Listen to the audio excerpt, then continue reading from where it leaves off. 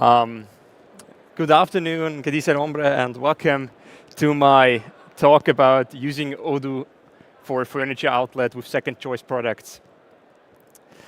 Let's dive directly into the agenda. What is BrainTech will be the first part, why outlets love Odoo, and what outlets need are the next parts. And then the most interesting thing for me, and hopefully for you, is the live demo, where, fingers crossed, everything works, because it's live. And then we have a Q&A, and hopefully I can answer all your questions. And if you have questions which I can not answer here, don't hesitate to contact me. So first of all, what is BrainTech? Who are we? We are a Odoo partner, a gold partner in Austria, Switzerland, and Germany. We were founded in 2000 and are an Odoo partner since 2009. We have now, as I learned in the talk 1 hour ago, 85 employees on the point across 11 locations in 5 countries. And we had the honor to be nominated as Best Odoo Partner of Europe this year again, and we already won that award 3 times. And now, till now, we have digitized over 300 companies with Odoo. And our sole focus, our main dedication is on Odoo, so we do nothing besides Odoo. And that's me. I'm Patrick Meyer. I'm project manager and consultant at BrainTech. And all the things I show you now, we did in the project for Grüne Erde.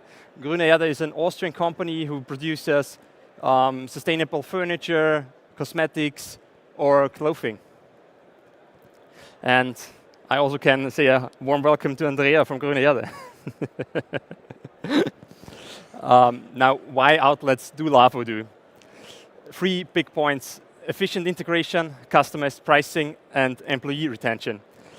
Efficient integration means we use things like price lists, serial numbers, inventory, and point of sale all in one big Odoo instance. Customized pricing, we had a look at how we can display prices for one product with different defects. So if we have one table which has one leg short or a chair, and so that we can display the prices for that. And the last point, the really important point today, is employee retention.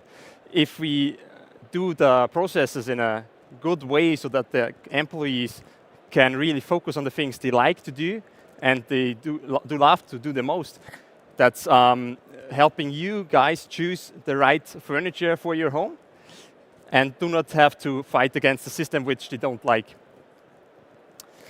And what outlets need is, first, as I said, we use the price lists and we combined them with the serial numbers so that we can display them.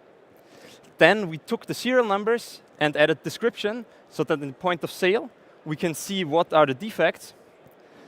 And yeah, as I mentioned, we took that whole thing to the point of sale so that we can use it directly on the customer. Quick introduction, and now to the really fun part for me. And maybe you guys will hear that more often than my wife. Let's go shopping from me. We are starting. Is it big enough? Perfect. We are now in our demo instance. And what do we need to do all the things I explained to you? First of all, we need to activate price lists in point of sale. Under settings, we have, of course, I have already activated them, the price lists. The next thing is what we need is in inventory, in settings, we have to activate the serial numbers. No, come on. Which I already did. Then we need a product. In our case, I prepared a corner desk with left sit. And on this one, we have to be sure that's a storable product and that the tracking is activated by unique serial number. The next thing we need is a warehouse for our shop.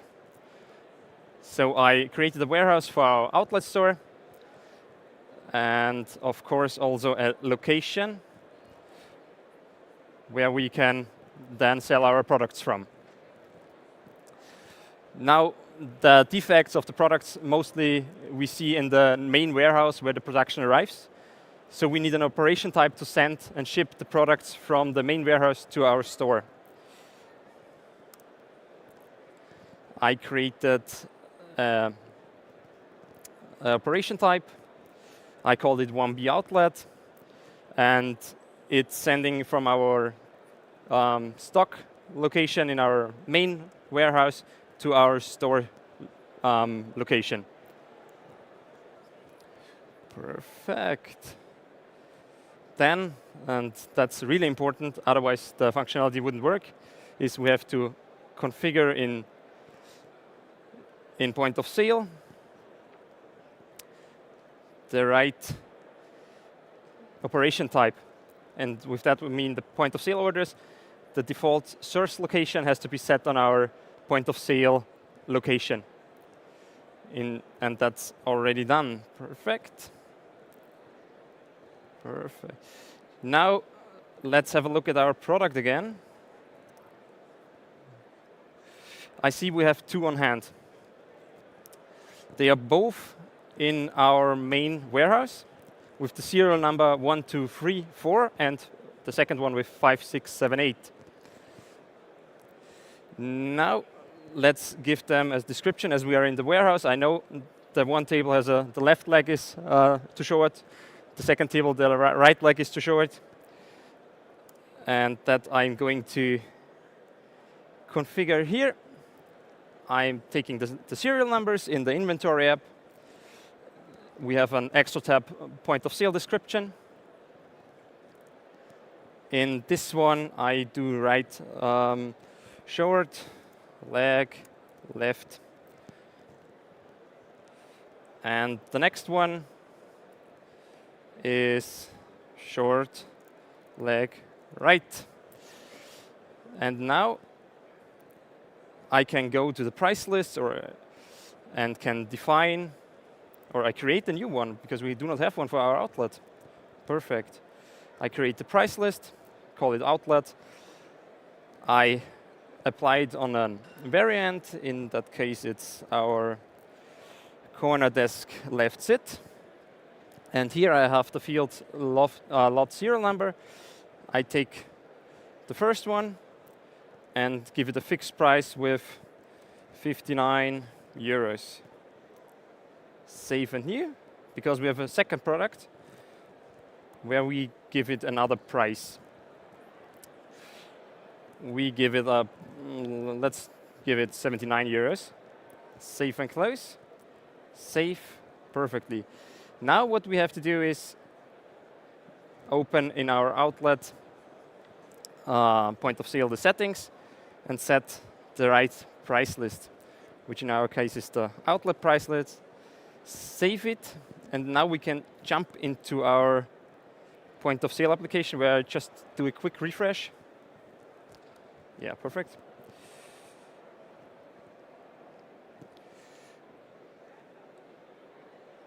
Oh my goodness.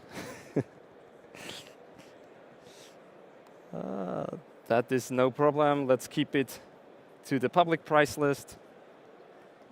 That's the thing with live demos. And do the same thing with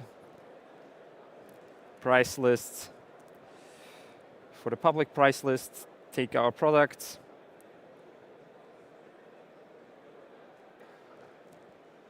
And write in.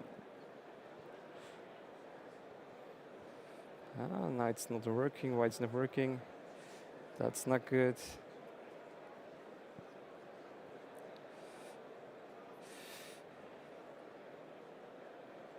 Perfect.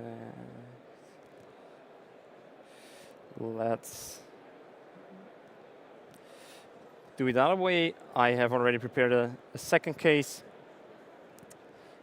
of course, with an acoustic block.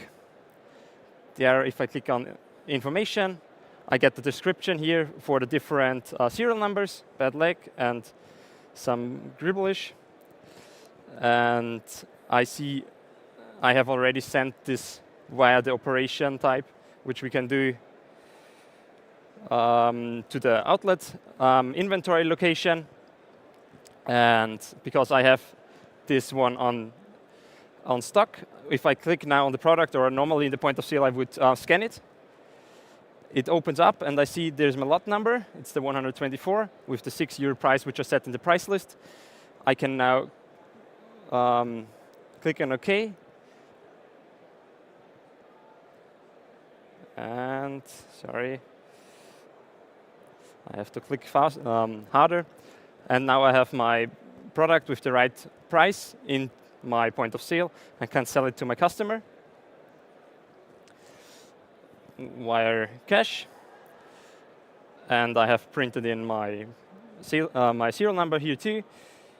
And so far, now we can close it and have had a really, really good sale with our serial numbers. A live demo is always a little bit stressful for me. I did a few mistakes, but now maybe I can answer some of your questions with this QR code.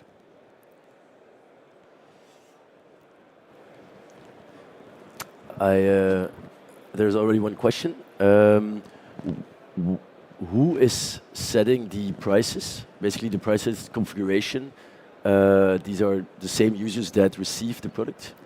And no, the same users, the users in the warehouse, are setting the description so that the product manager in the background knows what's wrong with the product and gets a photo, and then can decide how much it should cost. Okay, thank you. What was the most challenging part of producing this flow for the customer? What was the most? It was to understand who does what where, because the worker in the warehouse sees that there's a damage. He writes in the description, but he's not allowed to set the prices because he doesn't have the knowledge how much it costs normally. And to figure out all these different stakeholders and connect them, that was the most challenging part. But it went really good, and I hope they liked the software. Yes, because another person says, was it hard to adapt the front end? Because normally that is a nightmare to configure, to adapt. It was, as far as I can say for our developers, it was the most challenging part. But we have really good developers which are proficient in JavaScript, so it was easily doable for them. Okay, thank you.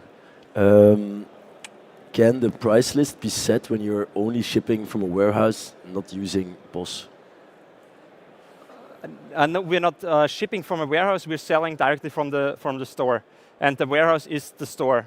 I have just for every store I have one warehouse. Okay. And that's how you can use it. Okay. Somebody asks, the POS interface looks different, and what exactly you changed in the point of sales interface?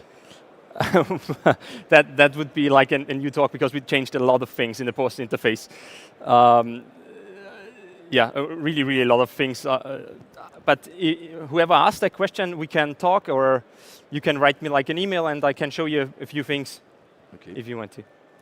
Great. Do you use quality controls to identify defects in the quality controls? Yes, we do use them in the production server, but I didn't have prepared that for this demo. Okay. In how many stores was the POS, the point of sale, used? So in how many stores did you implement this flow? We're currently implementing, and in the end it will be 13 stores with around 50 to 60 cash registers. Okay. On which version is the client working currently? Version 15. And the new functionalities of the shop floor app, will you adapt the changes you made in the new shop floor app? That's quite a good question. I'm not sure if we take version 17 maybe wait for version 18, because we are currently not 100% live. But actually, a lot of things I saw these 3 days, I really would have loved to have already in version 15. Okay, thank you. I will have to close the questions here, but Okay. thank you very much for the demo and the talk. Thank you very much.